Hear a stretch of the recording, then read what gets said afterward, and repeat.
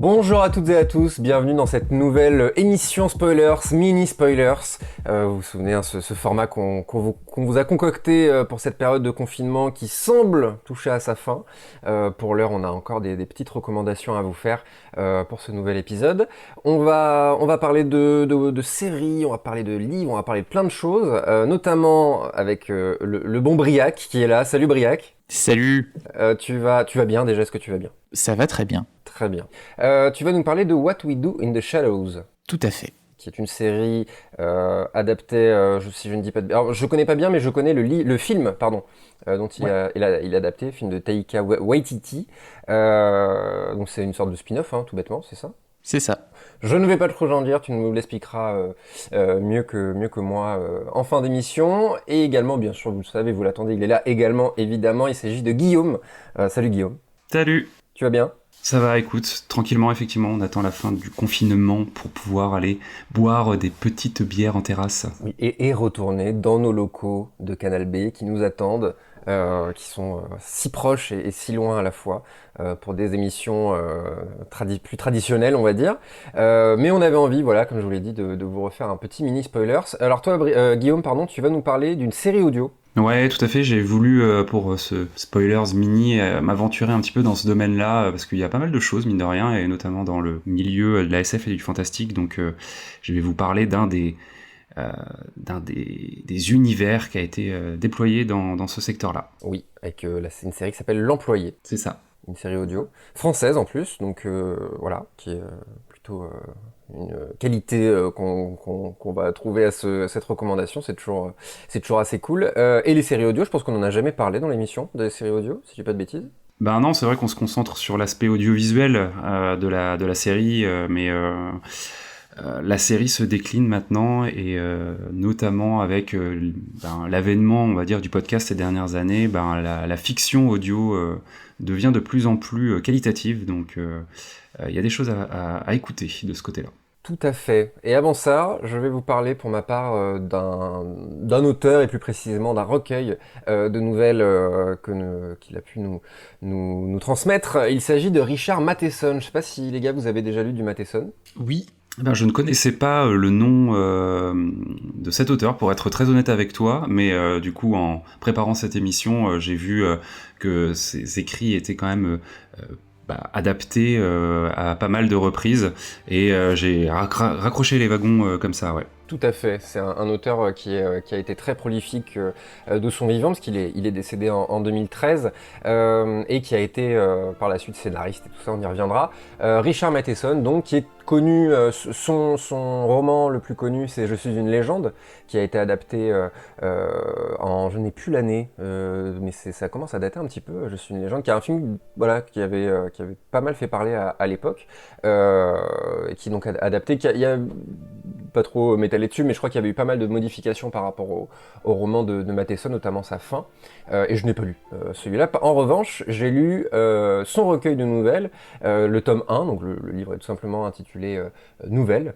Donc c'est des nouvelles qui ont été publiées entre 1950 et 1953, donc c'est quand même assez ancien, et j'ai acheté ce livre parce que, on peut parler de moi, voilà, dans cette émission, je suis pas du tout un grand lecteur, voilà, je lis peut-être, je sais pas, un livre ou deux par an, ce qui est vraiment très peu. On parle beaucoup de séries, de films, de tout ça, surtout dans ces mini-spoilers, mais à mon sens, la littérature, c'est vraiment l'art le plus noble quasiment, parce que c'est un univers où tout peut exister, en fait, il n'y a pas vraiment de limite, juste l'imagination d'un auteur, et qui va pouvoir nous faire vivre des choses. Et les nouvelles, je trouve, c'est pour les gens comme moi notamment qui lisent pas beaucoup, c'est encore plus cool, parce que c'est des histoires, les nouvelles, pour voilà, si les gens n'ont pas forcément la définition d'une nouvelle, c'est une histoire assez courte et qui se finit par une fin plutôt surprenante la plupart du temps. C'est la définition, une définition à la fois très floue et très large, mais voilà, c'est quand même ça l'idée.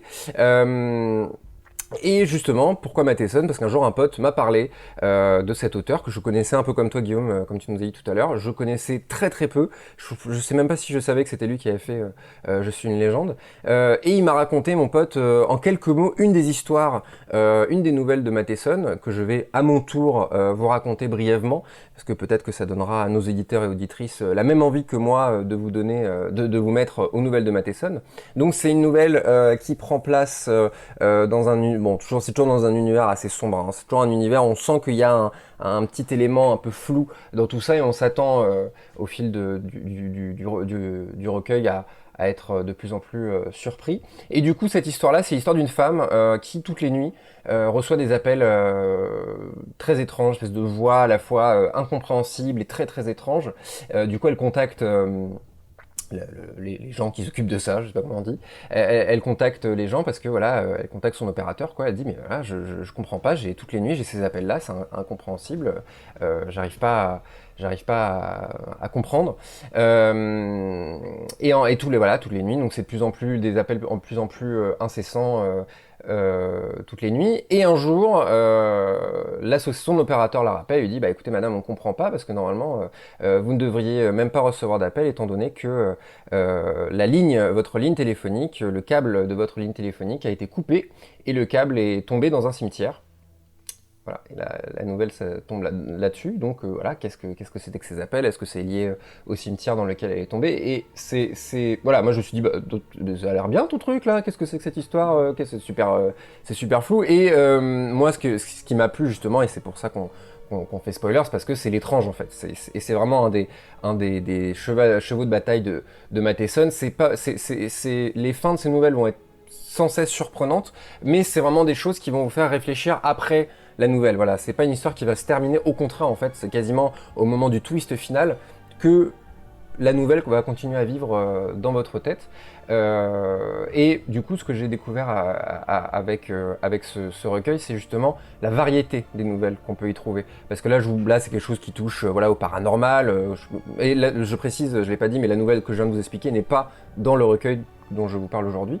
Mais justement, dans ce recueil-là, c'est la variété, parce que ça va toucher à l'épouvante, au fantastique, à la science-fiction en elle-même. Voilà, il y a des histoires qui parlent de l'espace, des pas extraterrestres à proprement parler, mais voilà, toujours, parce qu'on est quand même dans les années 50, donc c'était déjà à l'époque assez flou, mais assez présent. Et aussi, voilà, de l'étrange, comme je l'ai dit, parce que la première nouvelle du recueil, qui est pas forcément celle qui m'a le plus plu, mais qui est très très célèbre, elle s'appelle Né de l'homme et de la femme. Et c'est une nouvelle qui raconte l'histoire d'un narrateur, c'est l'histoire du narrateur qui raconte sa vie, et on comprend pas, il est maltraité par ses parents, il se fait enfermer à la cave, etc., etc. Je vais pas plus vous en dire, mais voilà, à cette heure, je suis pas complètement certain d'avoir complètement compris la nouvelle. Et justement, c'est un peu ce que je vous disais, voilà, ça va être à chaque fois un voyage dans des contrées, la plupart du temps très surprenante, quoi. L'une des plus célèbres de Matheson, c'est aussi, qui est pour le coup présente dans ce recueil, qui est peut-être la plus célèbre, s'appelle La Chose. Voilà, et c'est un peu la même idée, voilà, dans le sens où c'est tellement bourré d'images métaphoriques que, bon, parfois malheureusement on peut passer un peu à côté du côté surprenant de la nouvelle, mais c'est plus des nouvelles où ça va pas être le but d'être surpris, ça va plus être d'être gêné, d'être surpris, mais dans ses habitudes de lecteur, voilà, plus précisément. En tout cas, j'ai lu assez peu d'épouvante dans ce recueil, voilà, faut pas, s'il y a des gens qui aiment pas trop ce genre d'écriture, il en a fait, j'ai ici même, si vous l'entendez, un autre roman que je m'y suis mis par la suite, s'appelle La Maison des Damnés, que j'ai pas encore fini à l'heure actuelle, mais qui est pour le coup, voilà, La Maison des Damnés, je pense que le titre est assez évocateur, qui est pour le coup, voilà, à fond dans le paranormal, parce que c'est un auteur qui a voulu, voilà, s'essayer à différentes choses. Et pour l'anecdote, Richard Matheson était donc également scénariste vers à peu près, enfin, dans la dernière partie de sa carrière, il a notamment adapté donc La Maison des Damnés lui-même. Le scénario, en tout cas, il n'a pas réalisé, mais il a adapté le scénario. Et le film est disponible en VF sur YouTube. Voilà. Je ne vous l'ai pas dit, vous l'auriez trouvé. Qu'est-ce que j'ai aimé dans ce recueil? Justement, bah, c'est la surprise. Voilà, c'est mon petit côté fanboy. Même dans les films, dans les séries, dans tout ce qu'on parle, j'ai déjà dû en parler dans l'émission, mais moi j'aime les twists. Voilà, j'aime être surpris. J'aime me dire que l'auteur m'avait emmené dans une voie et et voilà, de pas mettre que tout cet univers-là soit inattendu jusqu'à sa toute fin. Si je devais faire aussi un parallèle dans ce que j'ai aimé avec d'autres œuvres plus proches pour le coup de ce dont on parle dans Spoilers, c'est les séries télé, notamment donc la quatrième dimension dont on parle, je pense, à tous les épisodes de Spoilers. La quatrième dimension et Black Mirror, parce que c'est des séries anthologiques, et justement, voilà, si vous avez aimé ces séries, je vous conseille vraiment ce recueil, parce que voilà, pour le coup, là où Matheson il est génial, c'est vraiment dans ce vers quoi il va vous amener. Vous pensez connaître cet univers-là, et en fait non, vous avez encore tout à y découvrir. Et l'imagination de Richard Matheson va à chaque fois a priori vous surprendre. Il y a certaines nouvelles que vous allez lire, voilà, vraiment c'est parfois même à la dernière ligne, un peu comme celle que je vous ai racontée au début, voilà, c'est la dernière ligne, vous allez dire oh mon dieu, mais qu'est-ce que c'est que cette histoire, je n'avais rien compris. À l'image, voilà, si vous procurez ce recueil de nouvelles, ma préférée s'appelle La troisième à partir du soleil, c'est le titre de la nouvelle, et là vraiment c'est la dernière phrase de la nouvelle où vous allez dire ah putain mais en fait j'avais rien compris de ce que, enfin vraiment je m'attendais pas à ça. Qui a été adapté dans la quatrième dimension. Tout à fait, qui a été adapté. J'ai pas vu l'épisode en question, je vais pas te mentir, mais c'est un peu voilà ce que je disais, donc la chose dont j'ai parlé, voilà différentes choses qui ont été adaptées. Et pour le coup, la quatrième dimension, parenthèse, mais c'est vraiment, enfin le fait que ça a été adapté est complètement cohérent parce que c'est des univers extrêmement proches et voilà, c'est vraiment, si vous aimez la quatrième dimension, encore une fois, vous allez carrément vous retrouver dans ce recueil. Voilà, donc c'est la troisième pardon, à partir du soleil, c'est la deuxième du recueil. Et voilà, c'est vraiment celle qui m'a accroché. À partir de là, je me suis dit, ah oui, ok, d'accord, j'ai un recueil, je vais trouver dans ce recueil je vais trouver ce que j'étais venu chercher. Et vraiment, c'est un peu pour ça que je vous parle de ça, parce que si comme moi, non seulement si vous n'êtes pas forcément habitué de la lecture fantastique, etc. Je pense que comme moi, ça peut être une bonne porte d'entrée. Alors, ce recueil m'a pas donné le goût de la lecture, hein, enfin, dans le sens où je dévore pas 3 bouquins par semaine maintenant, mais voilà, vraiment, il m'a donné ce que j'étais venu chercher, donc de la surprise, du voyage et du fantastique. Voilà. Cool, ça donne envie, effectivement, quand on voit que le monsieur a eu quand même une carrière en effet pas dégueulasse dans la télévision en préparant un peu tout ça. Je me suis rendu compte qu'il y avait une série qui s'appelait La cinquième dimension d'ailleurs, dans laquelle il a aussi bossé, que je ne connaissais pas, qui est la suite a priori de la quatrième dimension, le monde est bien fait. Il semblerait, effectivement. Mais il a été pas mal adapté. Dans les années 80, ouais. Ouais. Il y a, c'est Richard Kelly, je crois, qui a fait. Oui, c'est Richard Kelly qui a fait The Box, qui apparemment n'est pas un excellent film. Je sais pas si vous l'avez vu. Non. Non. Mais donc Richard Kelly, c'est Denis Darko, c'est tout ça. Et il a fait The Box, qui est une adaptation d'une nouvelle de Matheson justement, histoire de si vous appuyez sur un bouton, vous gagnez $1 million, mais vous tuez quelqu'un quelque part dans le monde, quelque chose comme ça, avec Cameron Diaz, donc vraiment que des qualités visiblement dans ce film. Mais du coup voilà, il a été pas mal adapté. Également L'homme qui rétrécit, que j'ai pas du tout vu mais qui semble, je sais pas si ça vous dit quelque chose. Si. Ouais. Et il a scénarisé lui-même le film en 57, donc voilà, il a été très prolifique sur différents supports. On peut recommander aussi dans la quatrième dimension Cauchemar à 20 000 pieds qu'il a écrit, qui est un des plus connus. Cauchemar avant midi. À 20 000 pieds. À 20 000 c'est un épisode avec... Cauchemar avant midi, on dirait un mot de ville. C'est un épisode pour les leftards. Avec William Shatner, avant Star Trek, et qui a été réadapté ensuite dans le film produit par Spielberg par George Miller. Alors la version de George Miller est assez géniale, si vous pouvez. Alors, puisqu'on parle de William Shatner, je ne résiste pas à l'envie, Briac, de faire découvrir à nos éditeurs quelque chose que tu m'as fait toi-même découvrir. Je te laisse en parler rapidement. Oui, alors c'est assez connu, mais William Shatner, c'est un moment lancé dans la musique, et il a fait des albums de reprises parlées de tubes pop, dont Rocketman. Ouais. Et on laissera peut-être un lien en commentaire. Non, pas sûr, on va laisser les gens aller découvrir par eux-mêmes. Et c'est assez fantastique, et ça avait été parodié par Futurama notamment. C'est vraiment improbable. William Shatner, donc, qui est surtout connu pour Star Trek, hein, on l'a pas dit, mais voilà, qui est quand même un ponte. Et voilà, moi-même qui découvre tout ce pan de sa carrière. Voilà, allez checker ça. Allez vous procurer le recueil tome 1 de Richard Matheson, puis ensuite allez écouter Rocketman par William Shatner. Voilà. On va passer à Guillaume à ta série audio. Donc on va rester. Alors est-ce qu'on est dans l'étrange? Est-ce qu'on est dans cet univers-là, le fantastique? On est totalement dans le fantastique. On est dans la dystopie, pour être précis.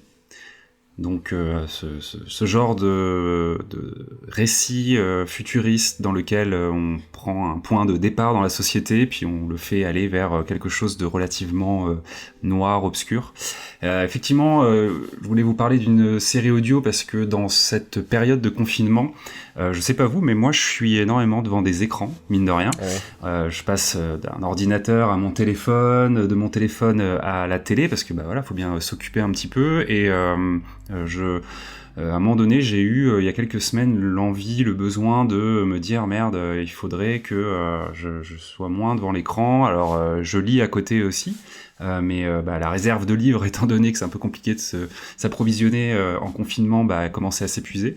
Et je me suis dit, étant donné que je suis un consommateur assez effréné de podcasts, je me suis dit, mais pourquoi pas me tourner vers le monde de la fiction audio. Alors, la fiction audio, c'est pas nouveau. D'ailleurs, avant, on appelait ça des sagas MP3. Je sais pas si le terme vous parle.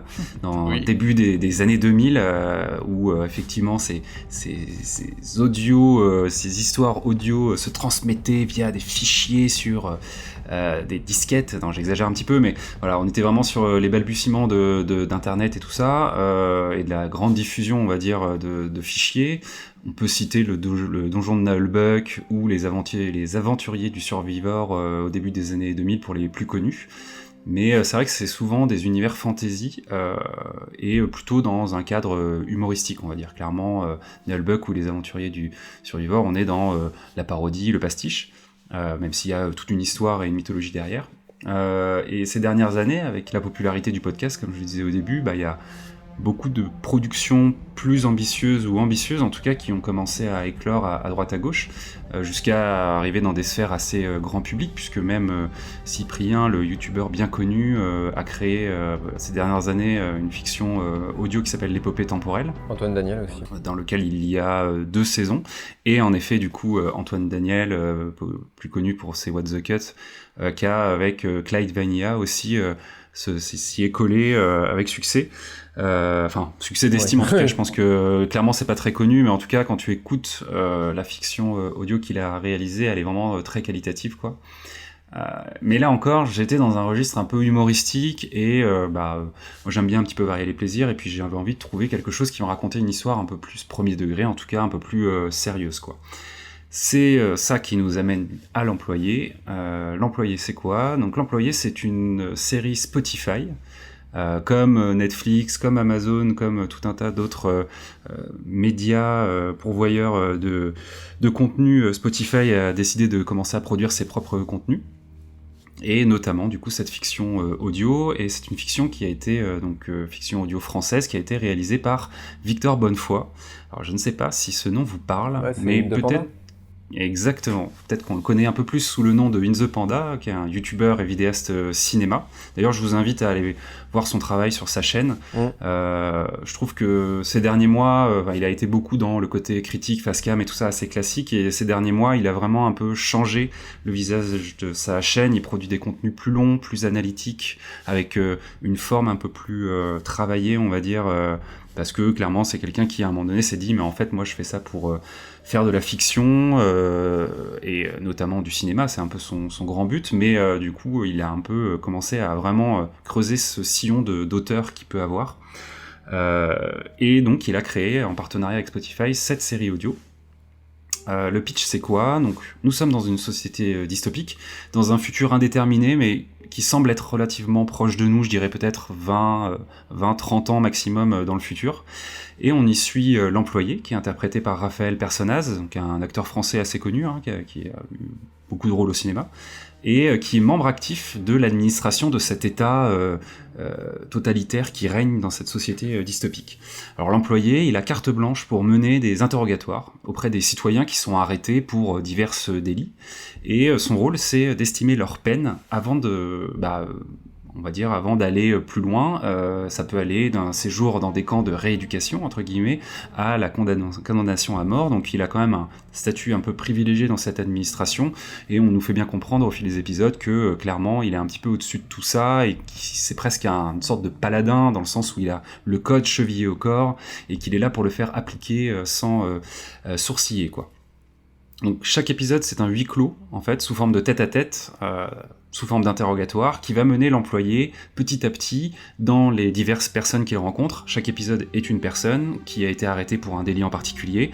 On y aborde du coup des sujets de tout type, la révolte sociale, la religion, et à chaque fois il va rencontrer des personnages et il va avoir une discussion avec eux qui du coup va l'amener à donner un avis légal sur cette personne, et évidemment à chaque fois qu'il va rencontrer une personne, ça va un peu le remettre en cause par rapport à toutes les règles qu'il applique, et lui-même par rapport à la croyance qu'il a dans le système et dans la manière dont il fait appliquer ses lois. Donc il y a comme ça un fil un petit peu narratif qui se lie entre chaque épisode, puisque en gros le début et la fin de chaque épisode nous le fait écouter, plus que du coup nous le montre, en train de rendre ou de prendre le dossier du sujet qu'il va traiter, et donc à chaque fois on voit un petit peu les répercussions psychologiques que ça peut avoir sur lui au fil comme ça de la saison. C'est une production qui est évidemment du coup de qualité pour cette première de Spotify Originals entre guillemets, avec notamment une ambiance sonore qui est vraiment sympa, c'est-à-dire qu'ils ont souvent le dialogue entre les deux personnages amène la personne interrogée à raconter un petit peu un flashback de ce qui s'est passé au moment où il s'est fait arrêter.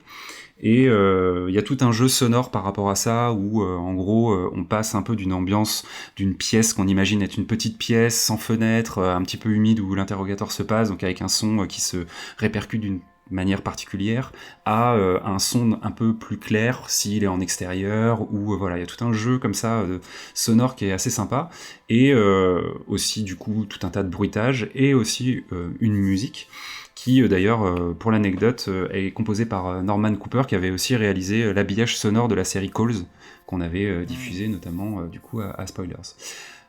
Donc c'est super sympa à écouter, ça dure 20 minutes, donc c'est relativement court, ça se fait bien, et du coup voilà, c'est quelque chose que je recommande si vous avez envie de faire une petite pause d'écran tout en restant immergé dans un univers de fiction, et puis en découvrant une autre façon de rencontrer comme ça un univers. C'est assez sympa, on met son casque sur les oreilles, on ferme les yeux et puis on se laisse embarquer par l'histoire. Ce qui est assez sympa, c'est que du coup forcément il y a des images en tête qui nous viennent, et on se construit nous-mêmes l'aspect visuel de la fiction.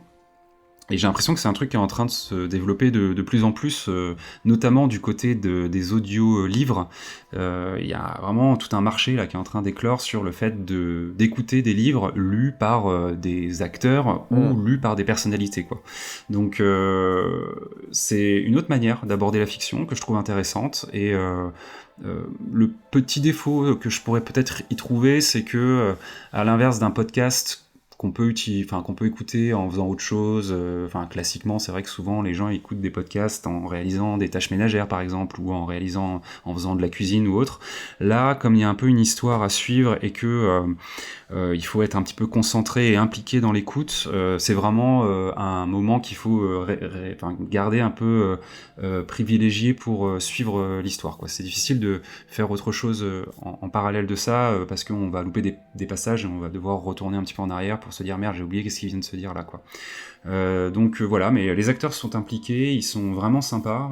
Il y a tout un tas d'acteurs, souvent issus de la jeune garde du cinéma français, donc ça c'est assez cool, c'est là aussi qu'on sent la qualité dans la prod, et vraiment je trouve que ça fonctionne très très bien, donc je recommande pour la découverte de cet univers-là, et puis aussi pour l'univers de manière plus générale de la fiction audio. C'est dispo gratuitement avec un compte Spotify, si on accepte d'écouter quelques pubs de temps en temps, donc il n'y a pas vraiment de raison de ne pas y aller, et puis ça peut donner envie d'écouter tout un tas d'autres fictions qui peuplent aujourd'hui le web français. Ok, je sais pas si tu l'as dit, mais c'est quoi le format ? Donc on est sur un 8 x 20 minutes. Ok, oui, donc ça va. Enfin, je sais pas, d'ailleurs, ça c'est plutôt lourd. Ouais, franchement, si ça passe bien, quoi. Ouais, carrément, ouais. Okay.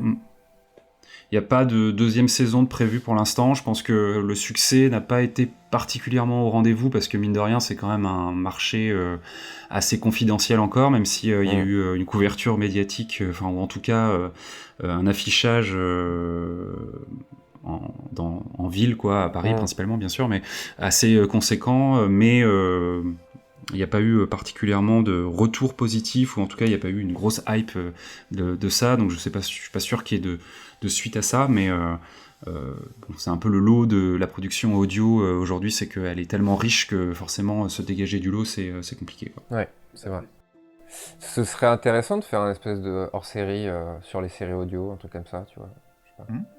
C'est une idée à garder parce que je pense qu'il y en a beaucoup qui sont pas forcément hyper représentés. Là, c'est parce que c'est Indepanda qui est quand même de la notoriété. On a parlé de Cyprien, Antoine Daniel, mais je pense qu'il y a beaucoup de gens qui font ça depuis longtemps. On n'a pas parlé de Calls aussi, de Timothée Hochet, qui est hyper cool. Donc voilà. Qui était un format un peu hybride encore, effectivement, là-dessus, ouais. Mais qui peut rester une série audio, quoi, si tu veux. Complètement. Ouais, ça peut se... Il y a beaucoup de choses qui se font, comme le podcast. D'ailleurs, il y a beaucoup de gens qui se lancent à faire ça, et on peut aussi trouver tout un univers de fanfiction audio, notamment par rapport à l'univers Star Wars, pour faire le lien avec la dernière émission. Il y a des gens qui font de la fiction audio dans l'univers de Star Wars, dans l'univers de Battlestar Galactica, voilà, quoi. Donc le côté fanfiction, si on apprécie ça, il peut y avoir aussi des trucs assez qualitatifs là-dedans, quoi. Donc ouais, c'est assez riche, effectivement, on pourrait presque y dédier un épisode en entier complètement. Ouais. Ce serait intéressant. Bon, écoute, on va pas s'embêter, on invite Cyprien, Antoine Daniel et Indepanda, et puis on en parle ensemble, quoi. Mais complètement. Ok, écoute, le rendez-vous est pris. Ce serait intéressant. C'est une blague. Briac, tu vas nous parler d'une série qui s'appelle What We Do in the Shadows. Oui, tout à fait. Et on préférera ce titre original au titre français, Vampire en toute intimité, tout simplement parce qu'il donne l'impression qu'on est face à une comédie potage, ce qu'est What We Do in the Shadows. C'est ça, mais en tout cas, c'est un univers qui a aussi un côté plus sombre, plus inquiétant, mais aussi assez émouvant. Donc What We Do in the Shadows rend plus peut-être la complexité de cet univers fictionnel. Alors What We Do in the Shadows, au départ, c'est un court-métrage de 2005, donc comme on l'avait dit tout à l'heure, a été réalisé et écrit par Jermaine Clement, qui est donc la moitié de Flight of the Conchords, et Taika Waititi, qu'on connaît maintenant pour Thor Ragnarok, Jojo Rabbit et bientôt pour Star Wars. Oui. Mais qui a aussi fait le très bon Hunt for the Wilder People avec Sam Neill, si vous avez l'occasion de le voir. Et donc What We Do in the Shadows, c'est un documentaire qui suit une colloque de vampires vivant en Nouvelle-Zélande. On va voir leur quotidien et leurs problèmes notamment à s'adapter à la vie au XXIe siècle. Il faut savoir qu'en fait le film a été... donc je crois que Alexandre Astier a participé au doublage. Doublage français, ouais. C'est ça. Alors moi je n'ai pas écouté son doublage simplement parce que les acteurs sont tellement parfaits que j'ai jamais vraiment eu envie, même si j'aime beaucoup Astier. Mais ce qui est intéressant, c'est qu'en fait on retrouve dans What We Do in the Shadows un petit peu ce dont on avait parlé à propos de Kaamelott, le fait que Kaamelott, quand on regarde la série, on ne sait pas forcément que c'est une série comique au niveau visuel. Il y a de ça dans What We Do in the Shadows. C'est pas forcément. Il y a vraiment un travail esthétique autour des films de vampires et un vrai amour du récit vampirique. Et l'humour va venir de ce décalage entre le sérieux de l'image, des designs, au niveau des costumes, des décors, et les réactions des vampires, parfois très naïfs et infantiles. Et ça, c'est des forces qu'on retrouve donc dans la version série diffusée par FX depuis l'année dernière, et qui entre actuellement dans sa 2e saison. On est à 5 épisodes, et vous pouvez les regarder en France sur MyCanal. Sachant que Jermaine Clement et Taika Waititi participent toujours à la série, alors plus Clement que Waititi qui, on le comprend, est de plus en plus occupé, et ils ont été rejoints par des scénaristes notamment comme Paul Sims qui avait travaillé sur The Larry Sanders Show, qui était le premier gros succès en fiction de HBO. Alors la série se passe à Staten Island de nos jours quand arrive un maître vampire, tout simplement appelé le maître, qui vient voir comment 3 vampires qui vivent aussi en coloc gèrent l'invasion du Nouveau Monde, et donc il va être assez déçu de leur progrès.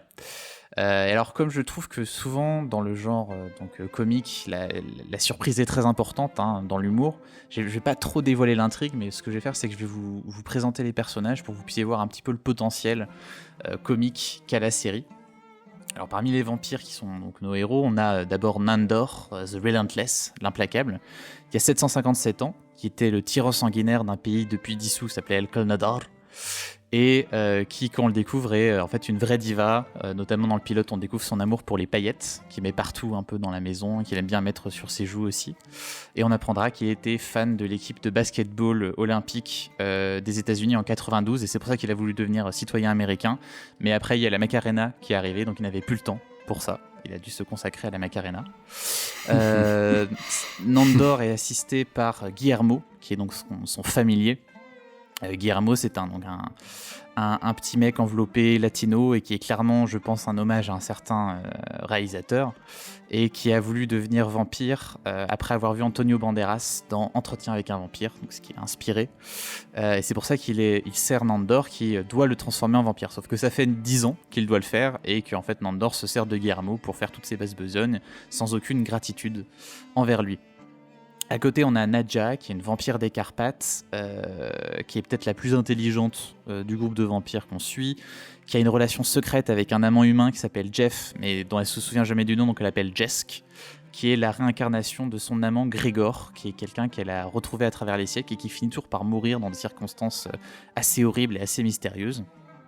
Et elle est mariée pendant ce temps-là à Laszlo, un vampire anglais qui est un peu l'artiste du groupe, qui aime bien faire de la musique ou des sculptures érotiques avec les haies du jardin, des vagins en particulier, et qui a aussi une belle carrière de film pornographique dans lequel il joue des vampires.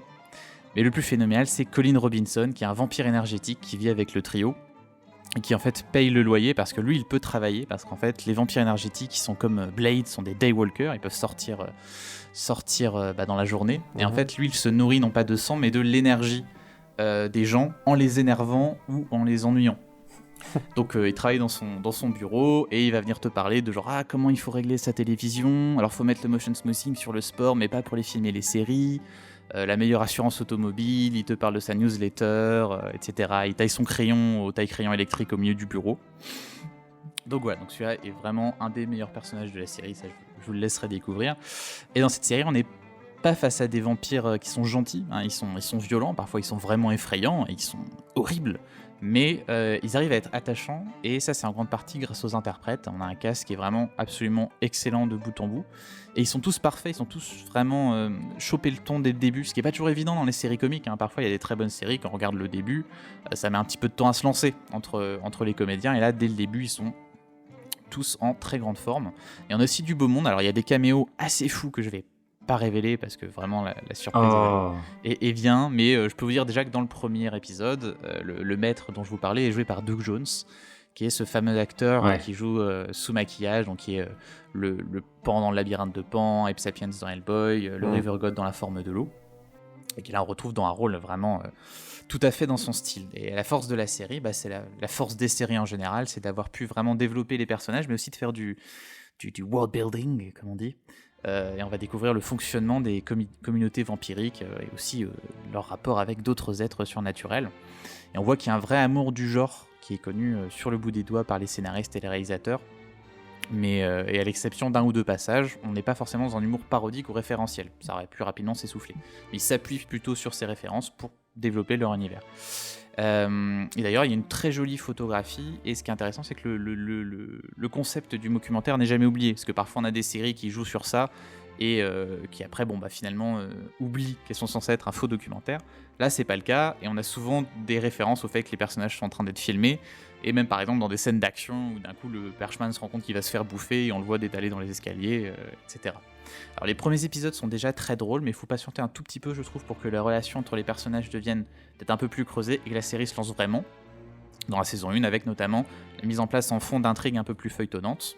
Et si la première saison est très réussie, je trouve que là, la 2 est vraiment, vraiment super, avec un excellent rythme dans les blagues, et un arc pour un personnage qui est celui du familier, qui est vraiment très intéressant, qui en fait le personnage le plus fascinant de la série, pas seulement au niveau de son potentiel humoristique. Donc voilà, une série qui est vraiment un plaisir de tous les instants, et que je vous recommande particulièrement en ce moment. Ok, et moi j'avais envie de commencer par le film justement, mais il est assez difficile à trouver en fait sur internet. Moi je l'ai pas sur les réseaux. C'est vrai qu'il était sur Netflix à un moment, maintenant je ne sais pas. Ouais. Et oui, je l'ai raté à ce moment-là, Je pense qu'on peut le trouver en VOD éventuellement.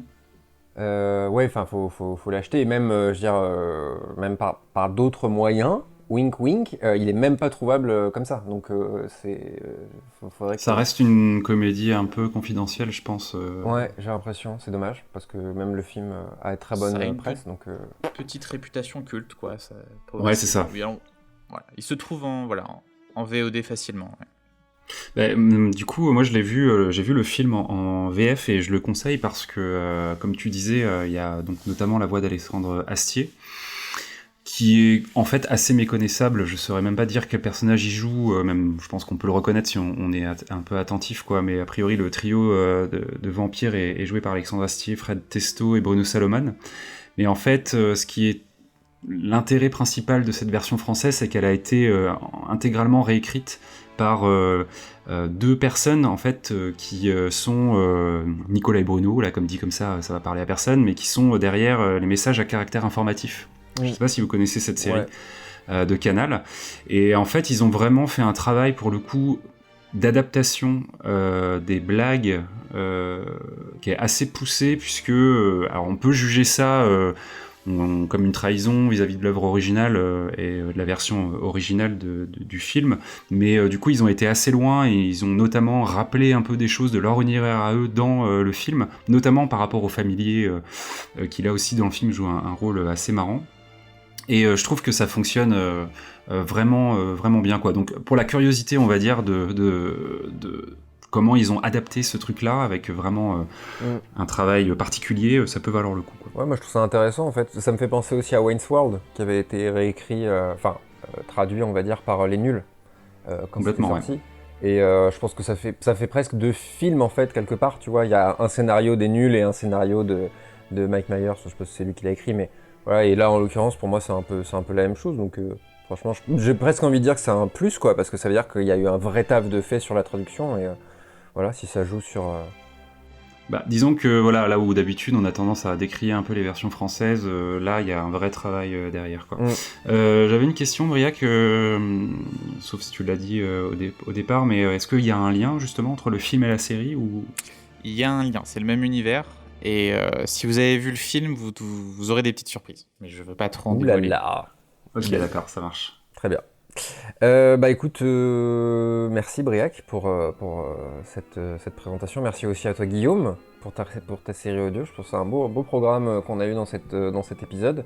Est-ce que vous avez quelque chose à rajouter, une petite reco de fin, quelque chose J'avais éventuellement envie de faire un peu de SAV par rapport à notre émission spéciale Star Wars, pour ceux qui iront jusque-là dans cet épisode, puisqu'il y a eu quelques news qui sont tombées très rapidement. On a appris récemment que la série Cassian Andor, dont on disait la dernière fois qu'elle allait être showrunnée par la personne qui était derrière The Americans, en fait ça a changé depuis.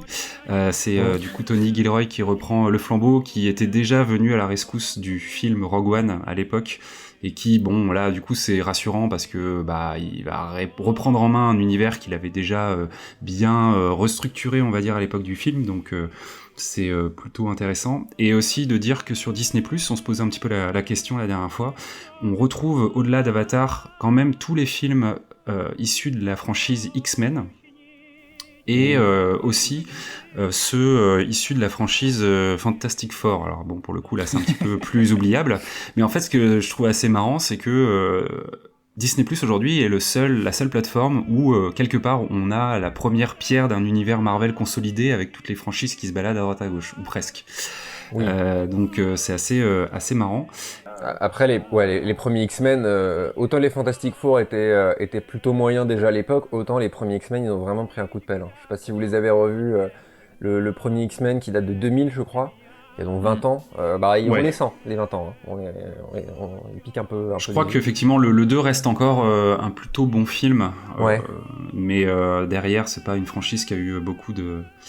je sais pas, qu'il y a eu beaucoup de suivi, de cohérence entre ces épisodes, donc voilà, quoi. Même si First Class a priori a été plutôt bien reçu, mais voilà. Et pour ce qui est des séries, c'est pareil, on se posait la question, a priori il y a des choses qui arriveraient, ou en tout cas qui sont disponibles, qui seront disponibles sur l'autre plateforme de streaming que possède Disney, qui est Hulu, qui a produit notamment The Handmaid's Tale, et qui n'est pas disponible chez nous encore, mais pour tout ce qui était justement contenu 18+, on va dire, ça sera certainement plutôt vers une autre plateforme qu'il faudra se tourner, avec potentiellement cette idée de bundle comme on l'évoquait la dernière fois, quoi. Et pour un petit dernier mot sur Disney+, qu'on a parlé de doublage, préciser que Avatar n'est que en VF pour l'instant, à moins que ça ait changé depuis la dernière fois, ce que je trouve être une honte intégrale. Mais voilà. Là, il a pas peur des mots. C'est-à-dire que non, j'ai pas peur. Disney, j'ai pas peur de le dire. Il s'est saisi d'un dire. pavé et il l'a jeté dans une mare. C'est vraiment, il n'a peur de rien.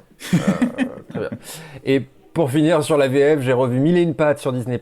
Mille et une pattes est un chef-d'œuvre de Pixar. Et la VF est absolument fascinante. Je sais pas si vous l'avez revu. Moi, j'ai eu un petit coup de mou pendant ce confinement. Je me suis fait Mille et une pattes. Vraiment, les gars, je chialais de rire, quoi. C'était vraiment, je vous conseille qu'on faisait un coup de mou. C'est Mille et une pattes.